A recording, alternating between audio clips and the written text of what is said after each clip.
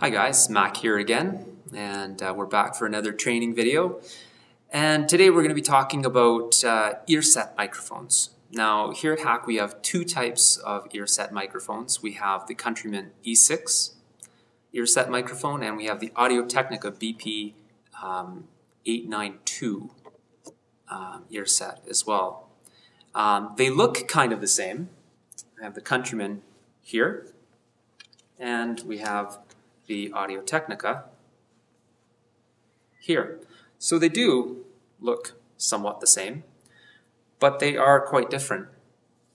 I just wanted to go over a few of the differences, simply because it's important to know the type of microphone that you're dealing with before you put it on someone's head. The main physical difference I wanted to talk about is that the Countryman is a directional or cardioid microphone, while the Technica is an omnidirectional microphone.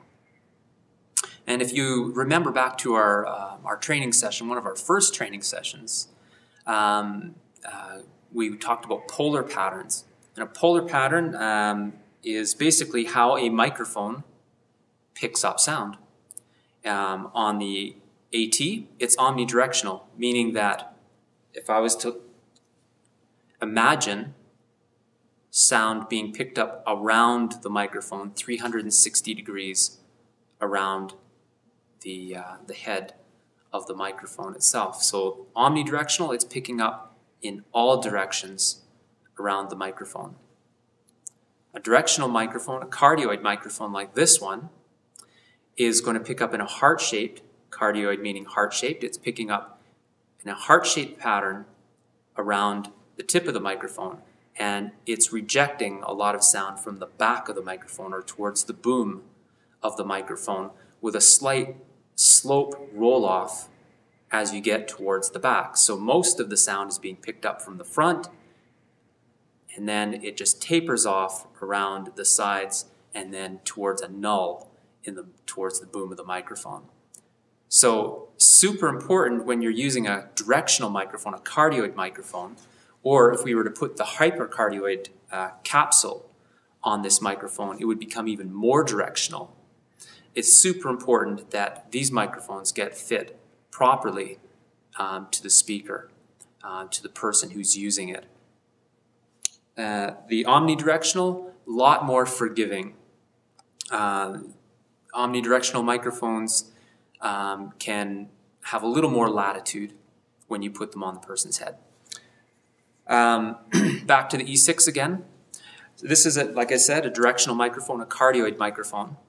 And cardioid microphones are fantastic for rejecting feedback. They're fantastic for giving you great focused sound, but they have to be close to the subject's mouth. In this particular case, the Countryman E6 needs to be, we're just going to pop this on. Okay, so I haven't fit this one to my face, so I'm just going to hold it in position. But it needs to be near the corner of the mouth. So it needs to be within a 1/4 inch of the corner of my mouth, within a 1 inch diameter. So you get a little bit of flexibility, 1 inch, a little bit here, a little bit of flexibility here, and a little bit of flexibility in and out, but not much. If you come too far forward with a cardioid microphone, you're going to pick up breath noise. So if this microphone gets too far in front of my mouth, you're going to pick up breath noise, you're going to pick up P-pops, you're going to pick up sibilance. Sibilance is just that S sound that comes at the top of my voice, so it's this sound. The P-pops coming off the p type of sound. We don't want those kind of things. We want to get those out of our sound. So it needs to be just in behind the corner of the mouth. And I don't know, if I can't see myself, so I don't know if that's actually there or not, but I must be pretty close. You also want, with a cardioid microphone, for the boom to be following the contour of the face and nice in close to the face as well.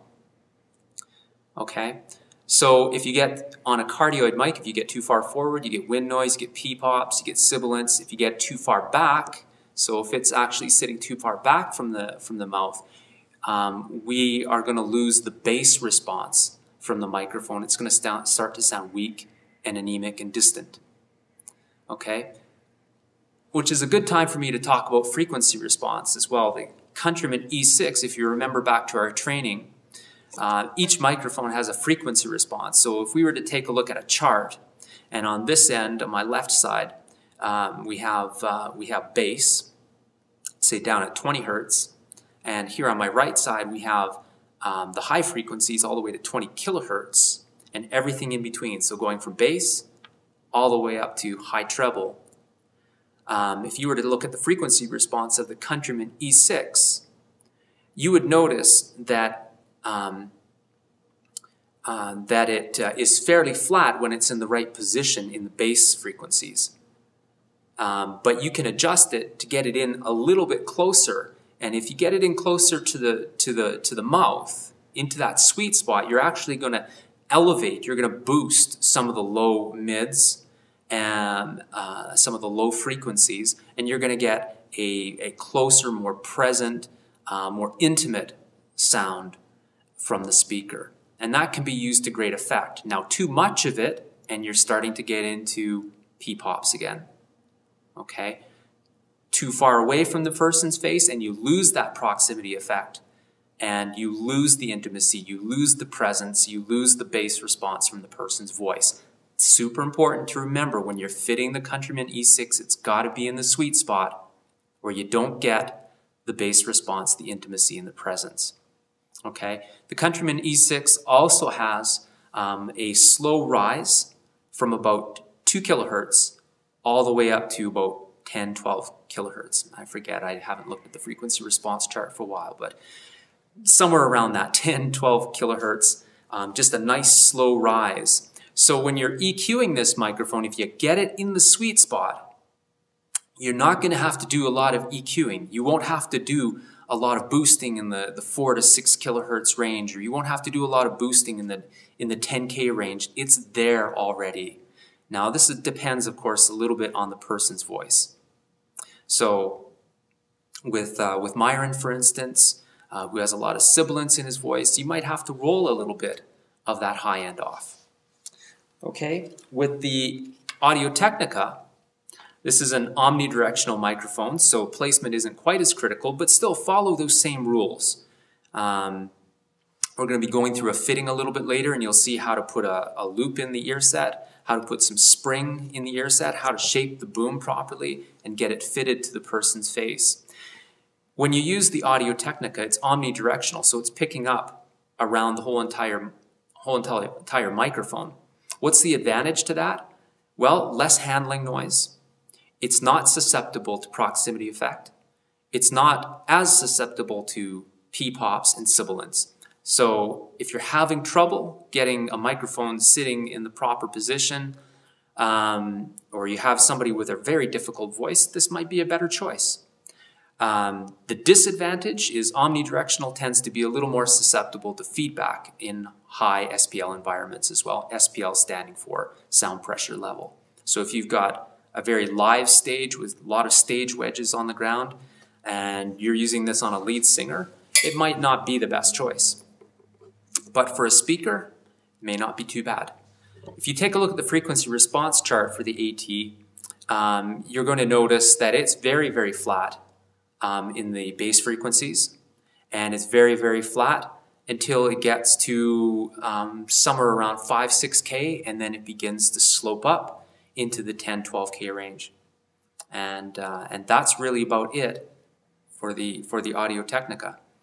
Should be a fairly simple, straightforward microphone to use. Once again, shouldn't have to put a lot of top end on it, and if anything, you might have to drop a little bit of top end out of it. Follow the fitting rules as later in the video as you see the E6 being fitted to Myron's face. Same rules apply for the AT as well. But I just wanted to cover that off as a bit of an introduction between the E6 and the AT BP892. Difference is cardioid microphone for the E6 needs to be fitted properly. When you do fit it properly, it's a great sounding microphone. The AT, a little more forgiving, and not susceptible to proximity effect, not as susceptible to P-pops and sibilants. So a little more of a forgiving microphone if you're having some trouble with the Countryman. But the disadvantage, of course, being that you have a little more chance of feedback as well. And that covers a bit of the introduction between the two microphones. I know there's a lot of information there. I was talking fast, so if you need to, this is a great time to just rewind the video and go over this again before we get into the fitting.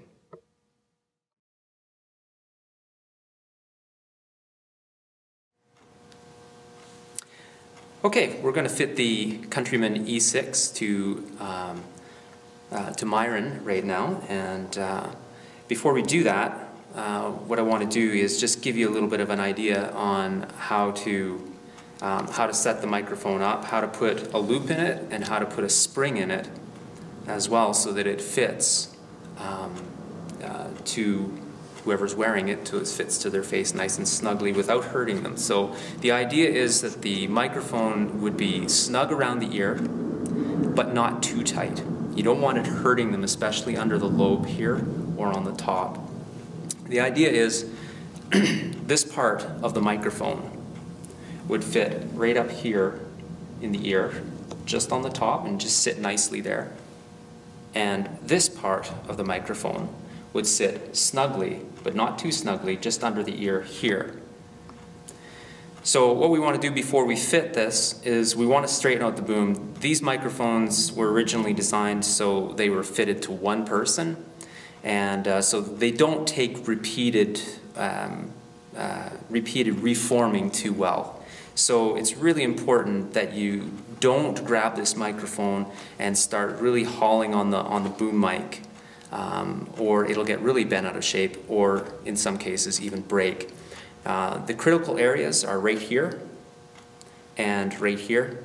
You want to make sure that whenever you're reshaping the boom, that you grab the ear set right here and just work it through little bit by little bit. I don't know if you can see that. Just slowly shaping it to what you want, to whatever shape you want. Okay, don't grab the microphone here. Don't grab the microphone here and start pulling on the microphone. You're going to damage it if you do that. Okay, so the next thing, after we've shaped the boom and we get a general shape so that it's going to just follow along the contour of his face, and then after that we're going to put a loop into the microphone. So we just take a look at his ear, get an estimate of what his ear is going to look like, and we just bend the microphone into that shape. Okay, and again, you're wanting to support this part of the microphone. You don't want to be bending here or here. Support it with one hand, and then just slowly bend the microphone around its circumference until you get it where you want it. Okay, so we're pretty close. The next thing is we're going to put a spring in it. Okay, so what we want to do is we want to put a little bit of spring in this so that when it goes onto his ear, it's actually going to spring in towards his face rather than away from his face. So you want the bottom part of the microphone to spring out and the boom part to spring in. So to do that, just grab the microphone, you lift it up a little bit, give it a little bit of a spring. That's it. If you want to do it the other way, you found you've gone a little bit too far and it's a little too close to his face, just spring it back the other way. It's that simple. You don't have to do a lot of pulling and pushing with this. Just take it, spring it up, and you've got a spring in it now. And it's going to give some tension, and when it goes onto his ear, it's going to come in snugly to his face. Important when you're dealing with people with beards, of course, that you don't get too close into the beard, or you're going to pick up handling noise as well. Okay, so we're going to fit this to Myron's head now, to Myron's ear, and here we go. We've got our loop in, we've got our spring in, and I've shaped the boom generally, and we're just going to put it over his ear. Okay. if I've done my job right. Okay, we're going to need to come back a little bit, I think.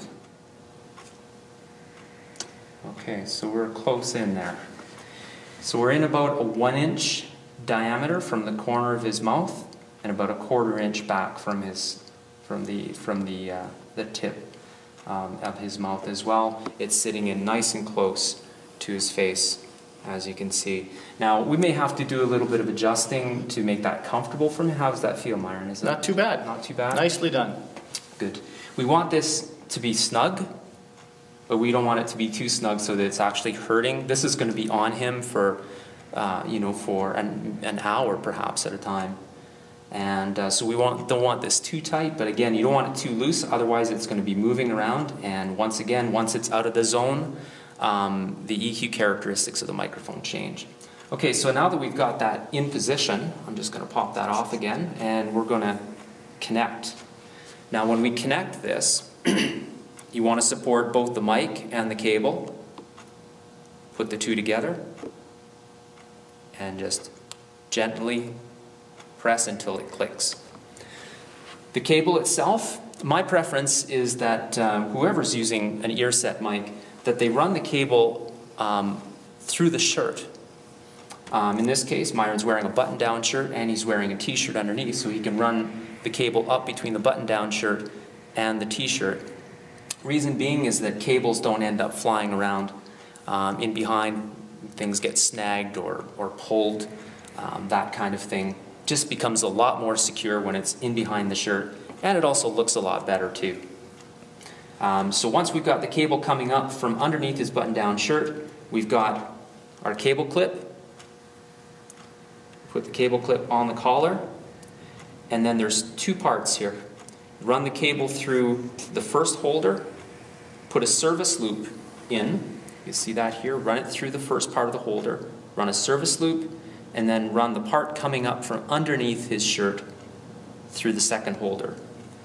Clip it down, and now you've got a service loop as well. Fit the microphone back to the head.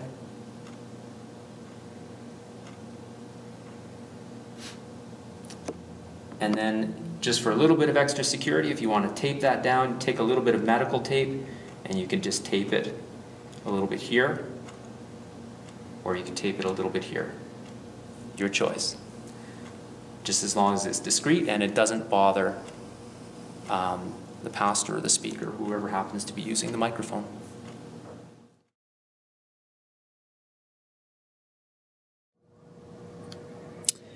Okay, we're back, and we're going to do a fitting of the AT BP892 on Evan here, and who's so graciously agreed to allow us to use him as a living mannequin.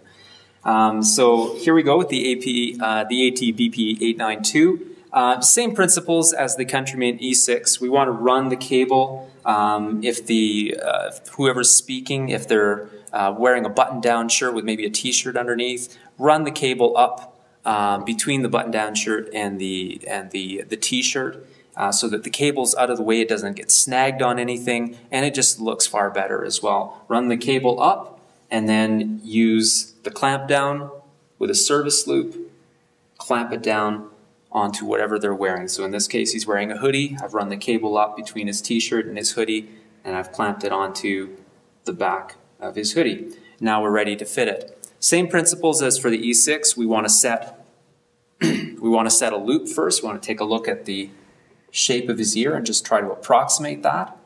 We also want to take a look at the contour of his face and approximate the angle in what we're going to set the boom as well.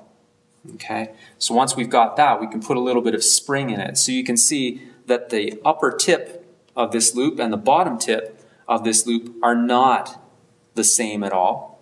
I've actually put a little bit of tension between the two. So when this sits on his ear, it's actually going to pull the boom microphone in towards his face. So now that I've set a loop and I've set the spring, I've set the boom, we're just going to do an initial fitting. Now this is interesting because with Myron he wasn't wearing glasses. With Evan, he is wearing glasses, and it's important that we get the fitting right with a person with glasses, because these things can become kind of uncomfortable with somebody who's wearing glasses. So we want to make sure that we get it on his ear so that it's nice and comfortable and is not interfering with his glasses. Okay.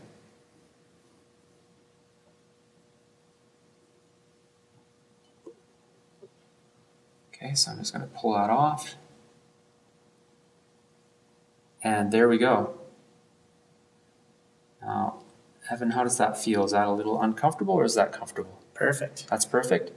And I think that our shape is perfect too. That's coming, the boom is coming on along nicely along the side of his face, but as it gets towards the tip of the microphone, it's actually coming out a little bit and just sitting at the corner of his mouth. So if he gives me a little smile, we can see that it's going to sit nicely just at the corner of his mouth. Okay, and outside of that, it's pretty much the same as the E6. You want to hide the cables away underneath his hoodie. That looks good on video. And then if you want to be really sure that you've got this thing nailed and it doesn't come off his ear or moves around if he gets really excitable up there on the stage, you can just take a little bit of medical tape and just tape it down here. And that should stay in place the whole time and be nice and comfortable for him. And that's it for the AT BP892.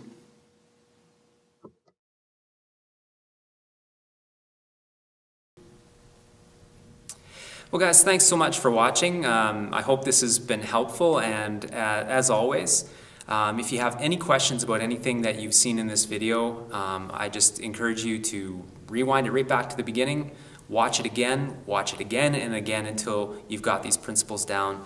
Then on a Saturday morning or a Sunday morning, if there's time, come in and try these out. Maybe even come in on your own time if you're able to spare a few minutes somewhere. Grab one of these microphones and just practice in the mirror. Put it on your own ear until you get really comfortable with setting up the loop, setting up the spring, and adjusting the boom to a person's face. Other than that, you can contact Alex or you can contact myself anytime. We'd be glad to field questions for you. So once again, thanks so much for watching this training video, and until next time, peace.